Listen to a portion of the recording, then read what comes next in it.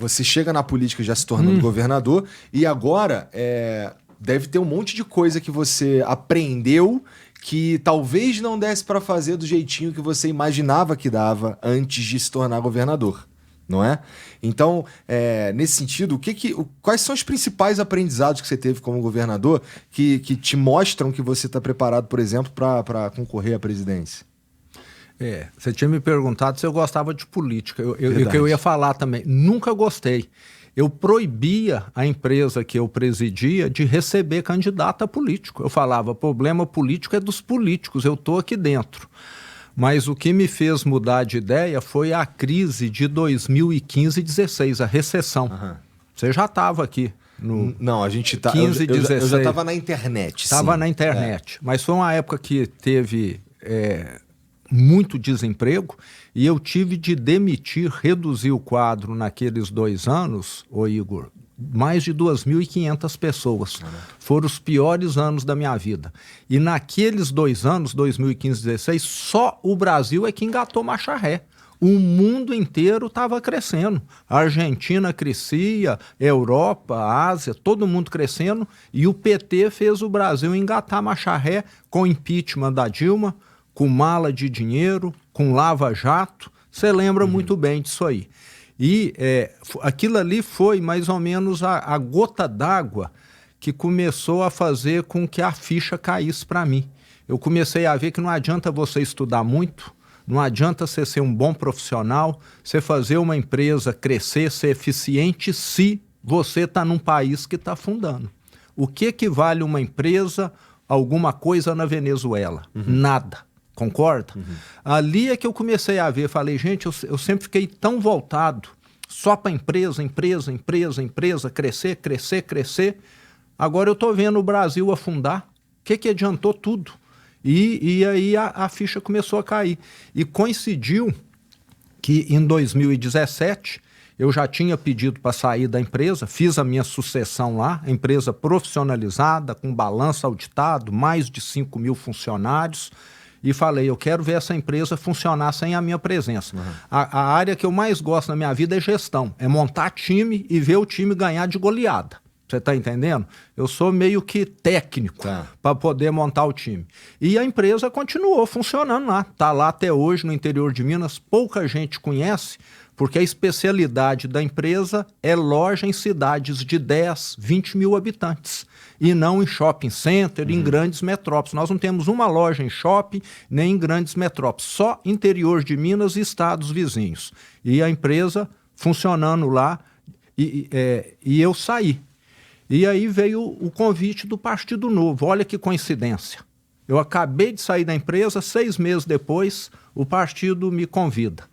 E aí é o partido que é o que eu sempre sonhei em termos de política no Brasil, que combate a corrupção, que quer combater privilégio, que quer transparência em tudo. Nós não queremos esconder nada. Minas era o 22º estado em termos de transparência das contas públicas. Hoje é o primeiro do Brasil, de acordo com o ranking aí da Controladoria Geral da União. Um partido que quer gente ética, ficha limpa na política e não ficha suja, como tem muitos aí. E eu falei, gente, isso aqui é o que eu sempre sonhei.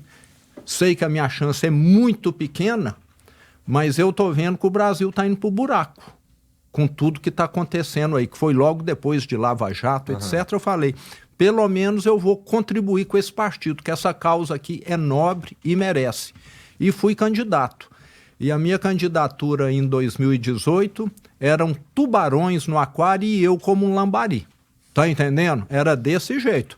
Eu só estava competindo com gente experiente, de partidos grandes, que já tinham disputado diversas eleições. Eu num partido pequeno e desconhecido.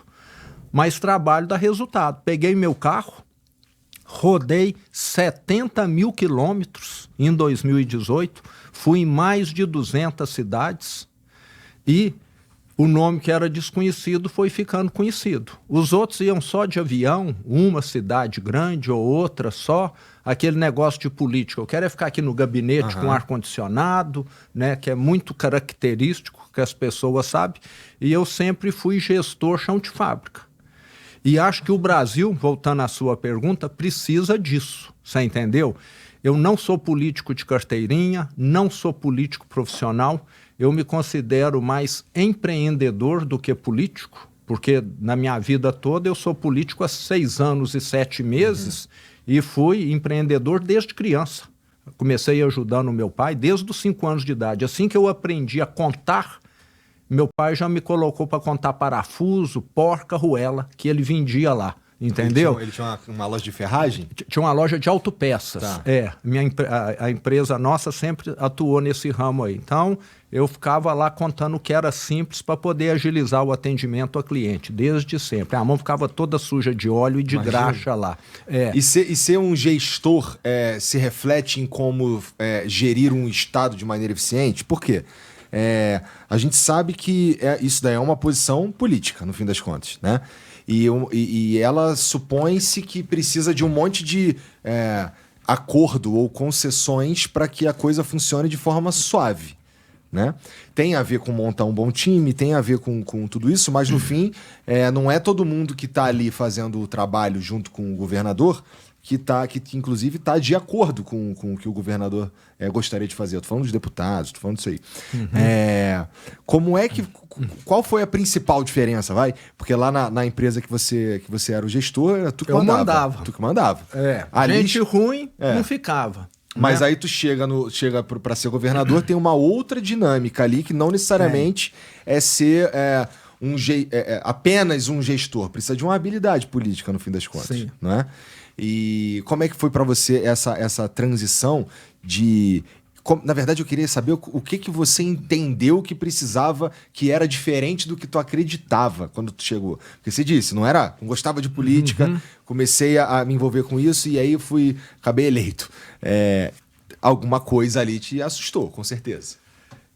Tem as suas diferenças. No setor privado, como aqui, no seu negócio, no seu podcast aqui, você muda as coisas porque você falou, aquilo ali está no lugar errado, essa pessoa aqui não está desempenhando bem, e no setor público tudo é muito engessado e lento.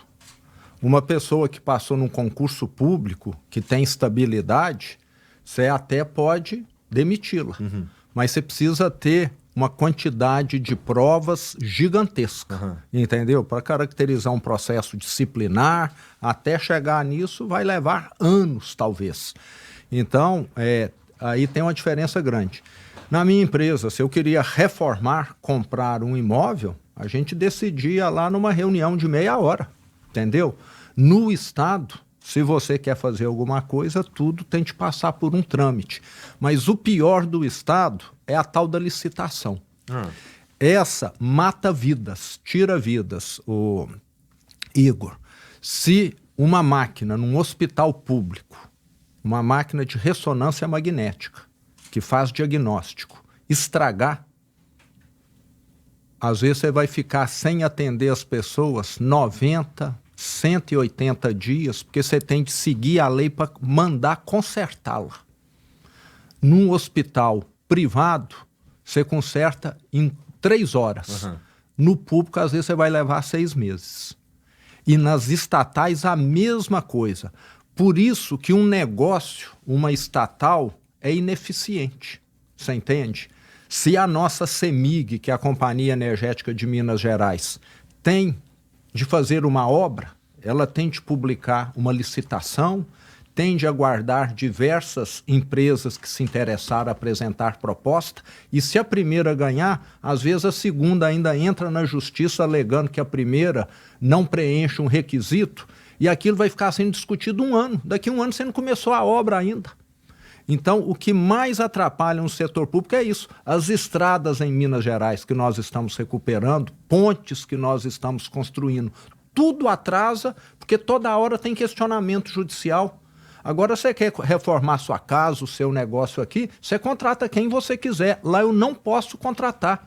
Eu tenho de publicar edital e, às vezes, quem ganha é uma empresa picareta. Tá entendendo? Essa picareta ganha, começa a obra, começa a pedir reajuste, falando que tem desequilíbrio financeiro, e aí você tem de parar tudo, que você não vai dar, e ter de fazer um novo edital. Isso acontece com frequência.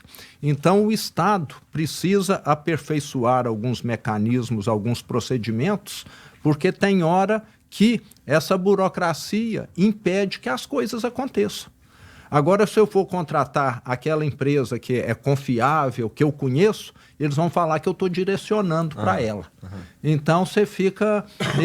Esse é o pesadelo do gestor público, entendeu? O que tu sugere que seja diferente? Porque, assim, para mim parece que... Bom, a ideia da licitação tem a ver justamente com uma proteção de como acontecem essas contratações mesmo. Porque se for um cara que ele não tem a ética como um valor principal, ele poderia contratar o irmão dele ou sei lá, o cunhado para fazer uma obra Exato. Então a licitação ela tem o objetivo de manter a coisa mais honesta, né? Exato. Que faz sentido. Na hora que você vai comprar um livro, você olha onde está mais barato. Sim, não é? O livro você sabe exatamente o que é. Agora, na hora que você vai comprar um café, a gente tem uma brincadeira lá. Fala que o café que você toma em órgão público é o pior possível, porque você tem que comprar o mais barato. E, às vezes, o mais barato tem mais casca e pedaço de madeira do que café propriamente. Você está entendendo? Porque você é obrigado a comprar o mais barato. Então, precisa encontrar uma saída. Para obras grandes, nós já começamos a fazer lá algo diferente em Minas.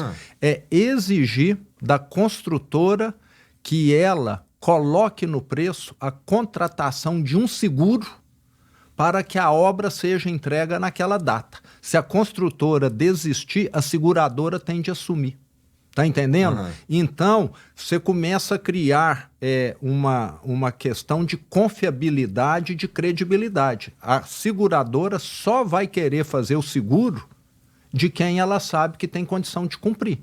Começa a ficar de fora o picareta. Tá entendendo? Não sei se você entendeu a lógica aí.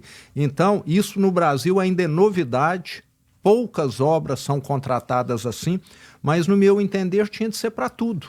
E no caso, vamos dizer, de equipamentos de hospital, o certo é o governo dar o dinheiro para uma OS administrar o hospital, porque a OS, a Organização Social Sem Fins Lucrativos, que pode ser uma fundação, o Albert Einstein aqui em São Paulo, entendeu? É uma fundação lá. Ele tem condição de comprar daqui a 5 minutos. Sim. Ele não precisa fazer licitação, mas ele recebe dinheiro do SUS para fazer os procedimentos. Então, esse é o ideal. Na hora que o hospital é público, aí é que a coisa complica. Entendi.